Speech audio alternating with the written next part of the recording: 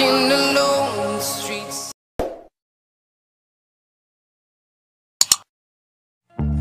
Laksono sedang duduk di kursi dekat meja kasir sambil memejamkan mata. Refleks pejaman mata terbuka mendengar gerak-gerik mencurigakan. Ternyata benar, 3 lelaki tidak dikenal memasuki minimarketnya. 3 lelaki itu berpakaian serba hitam, topi coklat dan berkacamata hitam. Salah seorang dari mereka berjalan menghampiri Laksono, sementara 2 orang lagi berdiri mematung seperti security di pintu masuk minimarket.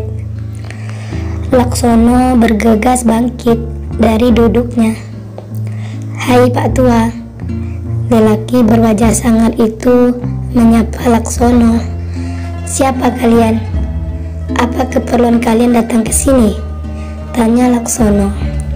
"Hahaha, kau masih bernyali mempertanyakan siapa dan apa keperluan kedatangan kami? Maaf anak muda, aku tidak mengenalmu. Jika tidak ada keperluan, silakan keluar," ujar Laksono lagi. "Beraninya kau mengusir kami, Pak Tua Bangka. Bau tanah, sebentar lagi mau mati," hina lelaki itu lagi.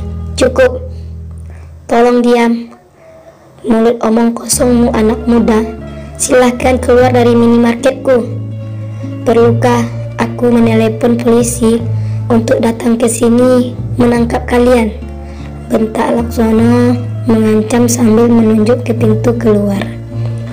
Secepat kilat, tangan kekar itu mendarat ke kerah baju Laksono. "Berani sekali kau mengancam kami. Apa kau memiliki banyak kekuatan untuk menantang kami?" desis lelaki itu sambil meludah ke sisi kanan. Laksono terhuyung karena tarikan tangan berotot di bagian kerah bajunya. Tangan kuat itu mendorongnya. Laksono kehilangan keseimbangan, prak, terhenyak ke lantai minimarket dengan posisi tubuh tertelentang. Secepat kilat, wajah sangar itu mendekatkan wajah ke wajah Laksono yang berusaha duduk dari posisi tertelentangnya. Lelaki sangar itu berjongkok mendekatkan wajahnya ke wajah Laksono. "Jika kau berani bermain dan mengancam kami lagi, kau akan berakhir di neraka," desis lelaki itu berbisik di telinga Laksono. "Lelaki brengsek, aku tidak takut dengan ancamanmu.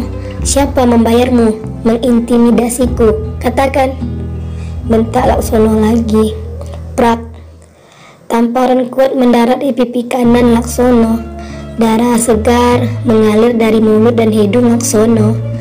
"Jika kau masih ingin menikmati sisa hidupmu yang tidak lama lagi akan mati, maka ikuti permainan kami. Kau hanya punya waktu 3 minggu berembus dari minimarket ini. Jika kau tidak mengindahkan perkataan kami, bersiap-siaplah hidupmu dalam penyesalan dan akan aku kirim kau ke neraka." "Bosku tidak pernah bermain-main dengan perkataannya," bentak lelaki itu hendak berdiri dari jongkoknya. Tring, telepon genggam salah seorang lelaki yang berdiri di pintu masuk minimarket berdering. "Baik, siapa?" panggilan terputus. Lelaki itu kembali memasukkan telepon genggam ke dalam saku celananya, bersamaan memberi isyarat kepada geng yang lain agar meninggalkan minimarket Laksono. Pandangan Laksono blur, kepala pusing, kemudian semua terlihat gelap. Laksono pingsan tidak sadarkan diri, darah bersimbah membasahi mulut, leher dan kerah baju Laksono. "Au, kau bisa pelan gak sih? Nyeri tahu," ucap Liana memukul pelan kepala Rangga. Obat ini bagus untuk menghentikan darah di kakimu. Aku selalu mempersiapkan obat ini jika sedang di perjalanan. Sini ku tempel pakai kain kasa dulu biar tidak infeksi. Ketus Rangga menarik kaki Liana. Rangga terbelalak melihat kedua lutut dan siku tangan Liana yang terbuka dari balutan selimut. Liana berusaha menutupi dengan selimut yang membaluti badannya. Please Rangga, kau jangan memandangku seperti itu. Tidak terjadi apa-apa. Buktinya, aku sekarang sudah berada di hadapanmu, jawab Liana bergelah sambil menggerak-gerakkan bahunya seolah badannya tidak merasakan sakit apapun. Liana sengaja menutupi rasa sakit di sekujur tubuhnya. Dia takut kejadian ini akan sampai ke telinga ayahnya. Bagaimana mungkin dengan kondisimu yang memprihatinkan, penuh babak belur begini, kau bilang tidak apa-apa? Hah? Desah Rangga lagi. Hei, sejak kapan kau jadi bawel begini sih? Ucap Liana menyambar menjewer daun telinga Rangga. Au, sakit kak? Liana teriak Rangga. Liana tersenyum dan melepaskan jewerannya. Liana sudah menganggap Rangga seperti adik kandungnya sendiri. Jarak umur mereka selisih 6 tahun. Rangga masih berstatus mahasiswa, terlihat masih lugu dan polos. Rangga adalah anak sematawayang Bibi Sum. Bibi Sum dahulunya telah lama bekerja sebagai asisten rumah tangga keluarga Pak Laksono. Setelah kebangkrutan yang dialami Laksono, Bibi Sum memutuskan berhenti dan membuka usaha kecil-kecilan. Membuka catering, aneka kue-kue, terkadang dibantu Liana. Ngomong-ngomong, kau membawa kabur selimut siapa? Ucap Rangga tersenyum menggelitik. Wajah Liana memerah seketika, memukul bahu Rangga yang sedang menyetir. Apa aku terlahir hanya untuk kau sakiti, Kak? Tadi kau memukul kepalaku, sekarang bahuku. Wanita tangan batu, umpat Rangga. Makanya anak kecil jangan berpikiran macam-macam. Jangan ikut campur urusan orang besar. Suara Liana lantang.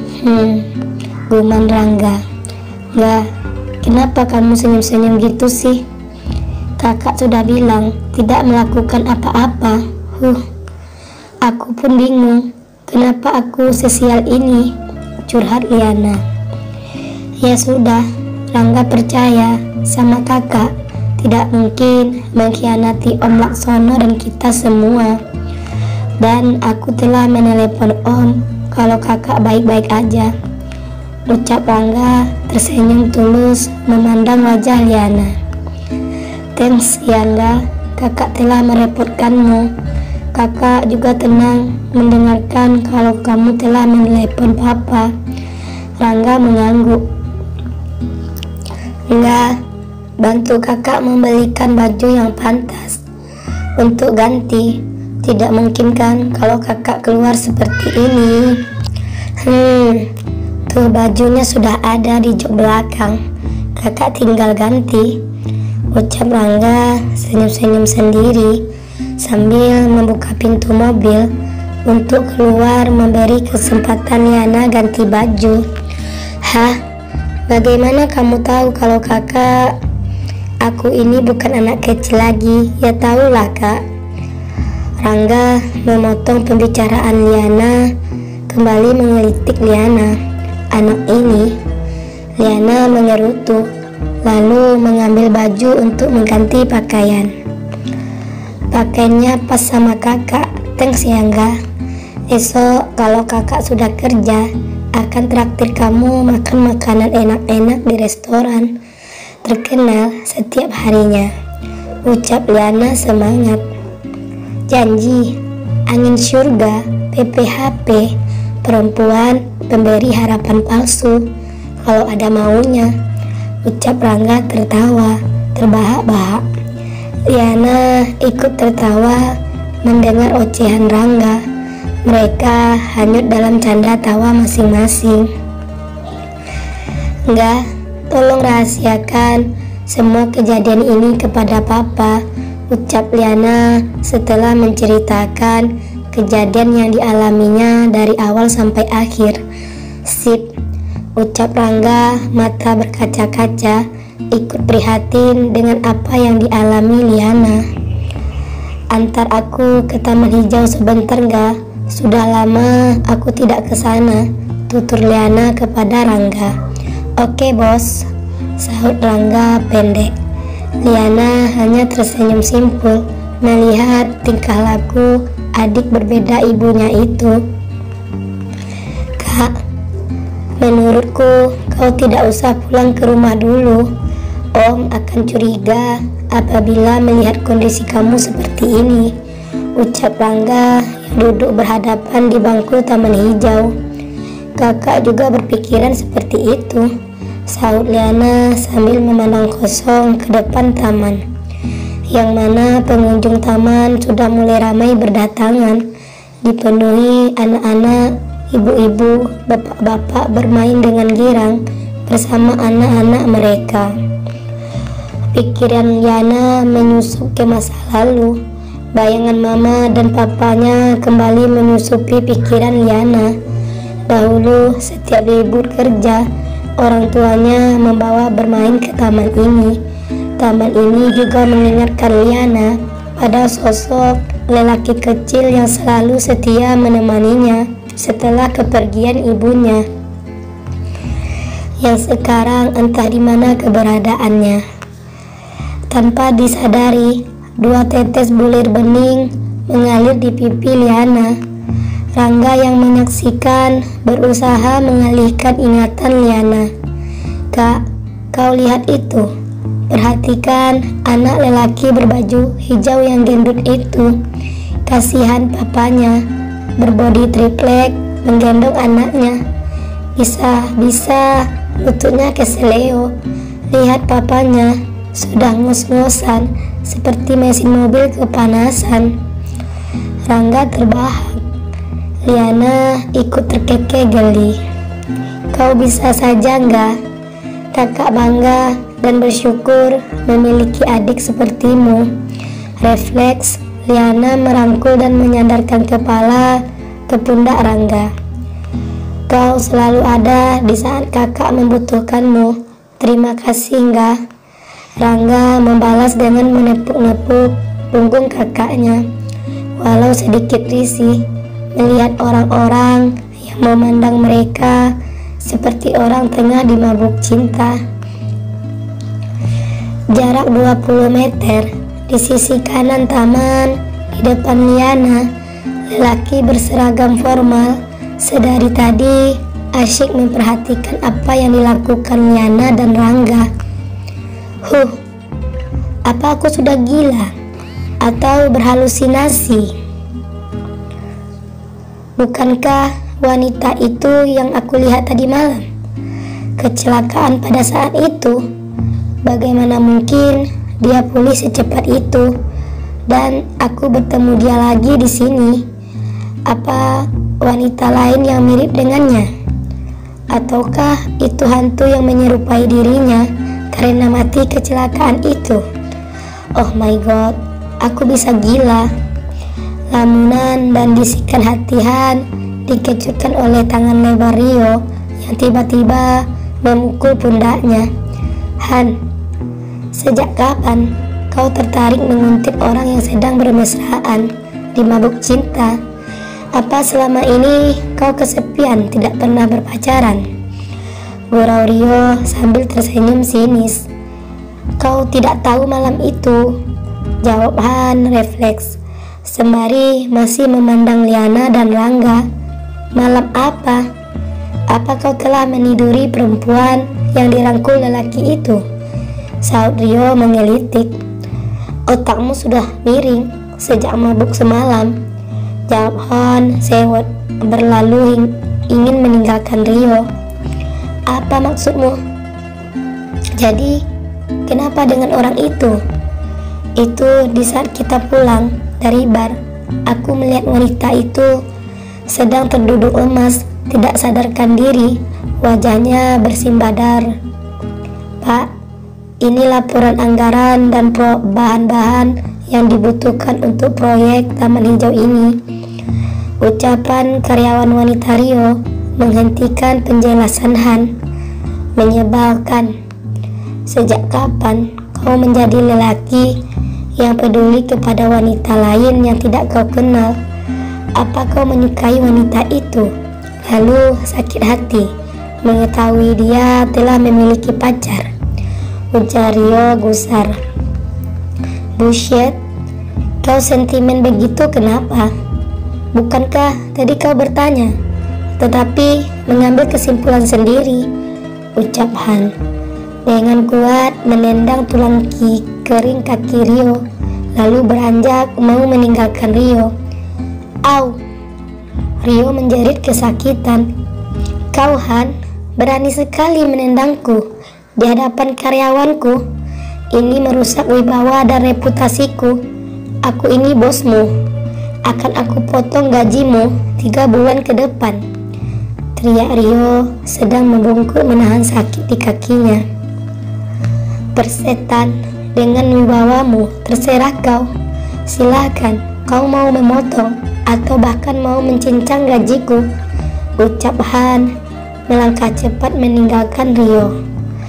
Kerja di lapangan masih bisa aku maafkan. Jika di kantor kau melakukan seperti ini, akan aku pecat tak terhormat kau Han, umpat batin Rio. Rio berjalan tegap. Melewati jalan di sisinya ada bangku yang tengah diduduki Rangga dan Liana. Liana tidak melihat siapapun yang lewat karena posisi tertunduk di bahu Rangga, hanyut dengan kenangan masa lalunya. Akhirnya Liana melepaskan rangkulan, duduk kembali menyaksikan anak-anak di taman berlarian mengejar balon yang berterbangan. Pandangan manik mata Liana beradu dengan manik mata wanita berpakaian formal yang melewati jalan yang mana dia sedang duduk. Ha, apakah itu kau, Liana? Sahut wanita itu berusaha mengingat.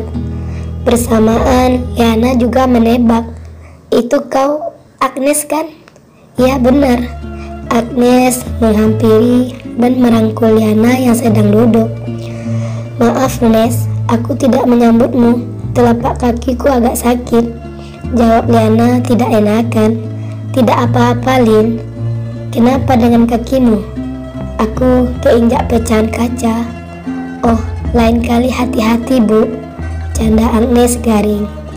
Oh Liana, aku tidak bisa berlama-lama. Aku lagi di jam kerja lapangan. Takutnya nanti bosku marah.